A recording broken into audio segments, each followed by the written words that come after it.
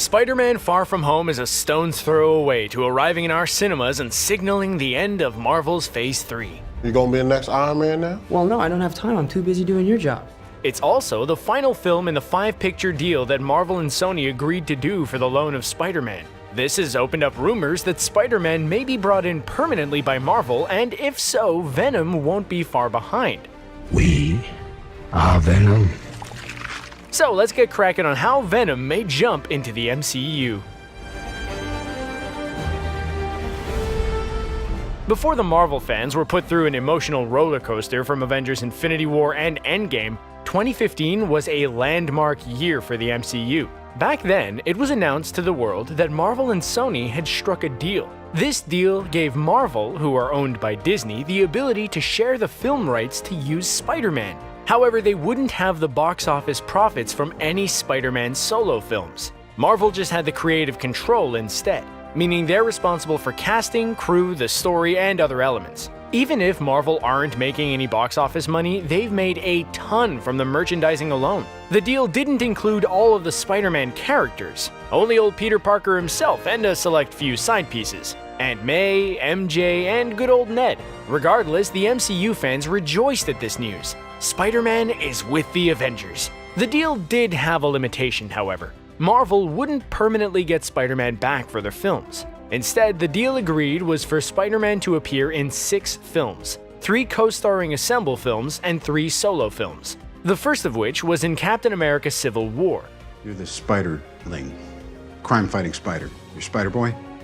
While the deal has never been officially reported to the public, it initially included 5 movies, but interviews with actors like Tom Holland may have revealed the extra 3rd solo movie as part of the deal. Now that the original deal is almost finished, there's a lot of speculation on what the future of the MCU, Sony, and Spider-Man will hold. But Screen Rant, how did Sony get the film rights anyway, we hear you ask? Well, we'll briefly explain it for you now, dear viewers. Back in the late 90s, the comic industry was in a bad state. So much so that Marvel sold off their film rights to stay afloat and avoid bankruptcy. Hence why Fox had the X-Men and Fantastic Four, until recently that is. Anyway, Sony picked up the film rights to Spider-Man and the related cast of characters. It didn't take them long to get the most out of those rights by releasing the Spider-Man film in 2002.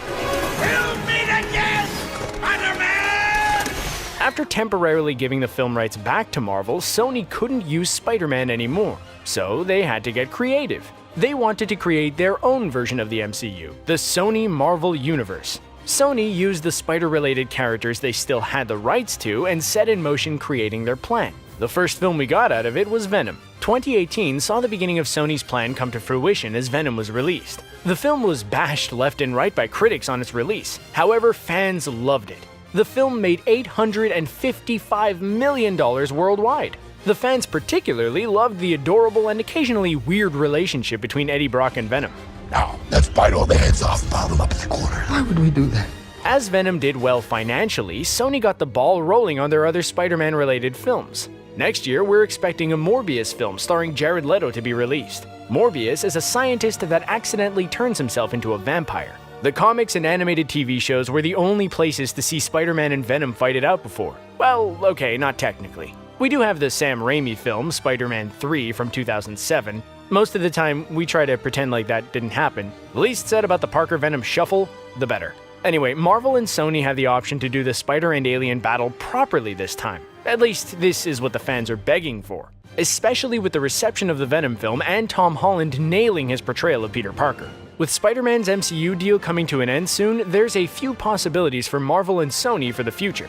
For starters, Marvel and Sony could renegotiate another similar deal. For a set amount of films, Spider-Man can remain within the MCU. As the last deal hasn't hit any major problems, this will probably be the most likely action. However, the cost to rent Spider-Man again will increase due to the popularity of the brand thanks to the MCU. The second option would be for Disney to purchase the Spider-Man film rights back. It would likely cost a lot of money for this to happen.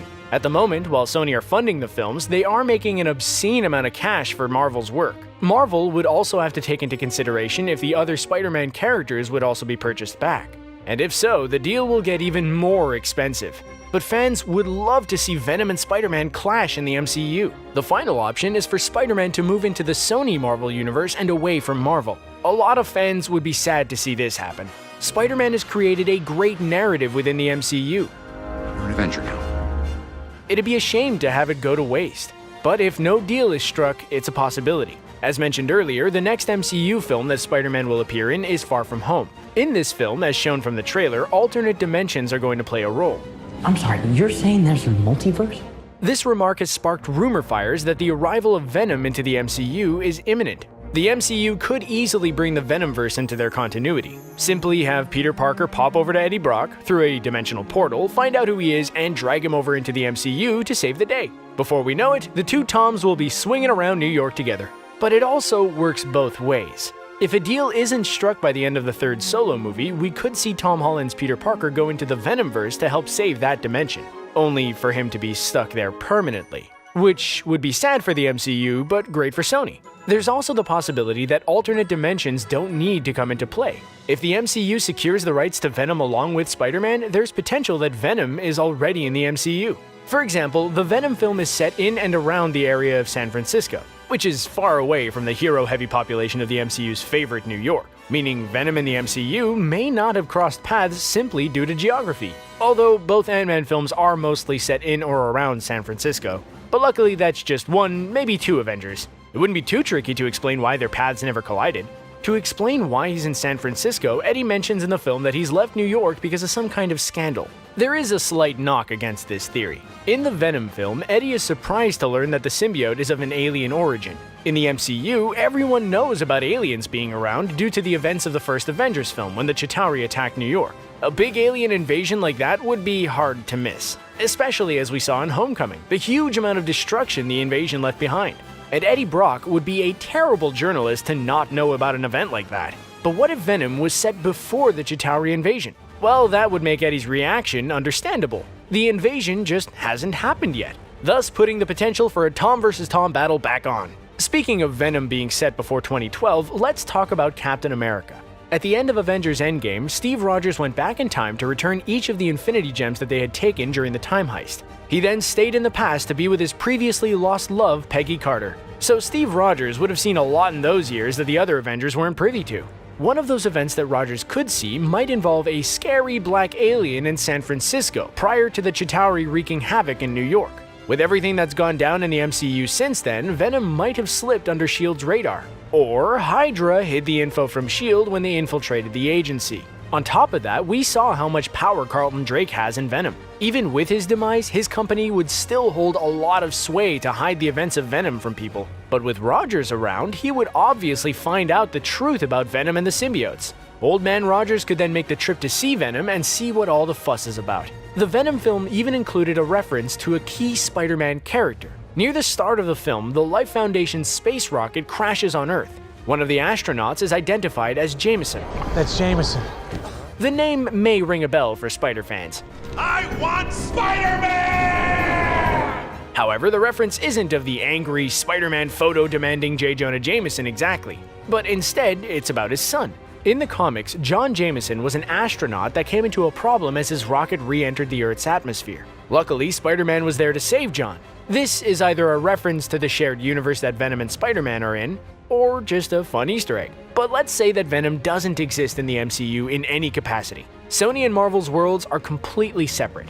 Now, imagine Marvel buys the film rights to the character and want to add him into the MCU. Well, we're gonna go over some ways that this could happen. In Avengers Endgame, one of the characters to get a major power boost was the Scarlet Witch. She easily flung Thanos around the battlefield, so with her boosted reality warping powers, anything is possible. Mostly, this boost has got the rumor mill churning on how she can add the X-Men and Fantastic Four into the MCU. But her powers could lead to Venom jumping in with the former Fox film properties. Now that Marvel is expanding further on the cosmic side, perhaps they may stumble across the home planet where Venom came from. We have the Eternals that could add that into their film. Or in the third Guardians of the Galaxy film, they may find it on a voyage. This would likely mean rebooting Venom rather than bringing the current iteration from Sony, which would mean no Tom Hardy. Sorry guys. In the comics, Flash Thompson is one of the most popular characters to bond with Venom. When the Army veteran did, he became Agent Venom. Flash turned the broken Venom symbiote into a hero. Guess which character has already been in Homecoming and will be in Far From Home? That's right, Flash Thompson. He's currently being portrayed by Tony Revolori. This would provide the Spider-Verse an opportunity to bring Agent Venom into the MCU. The opportunity is there for the MCU and Sony's Marvel Universe to partner up. It would give the surprise audience hit Venom a chance to shine in the MCU. Spider-Man Far From Home is the best chance to add Tom Hardy's Venom into the MCU. With alternate dimensions being introduced, it'll be rather easy to slide Venom alongside or opposite the Avengers. So, would you want Venom to appear in the MCU? Or would you like Spider-Man to move into Sony's Marvel Universe? Drop your thoughts into the comment section down below. Remember to subscribe to keep up to date on Screen Rant's Spider-Terrific content. Thanks for watching, and we'll see you next time.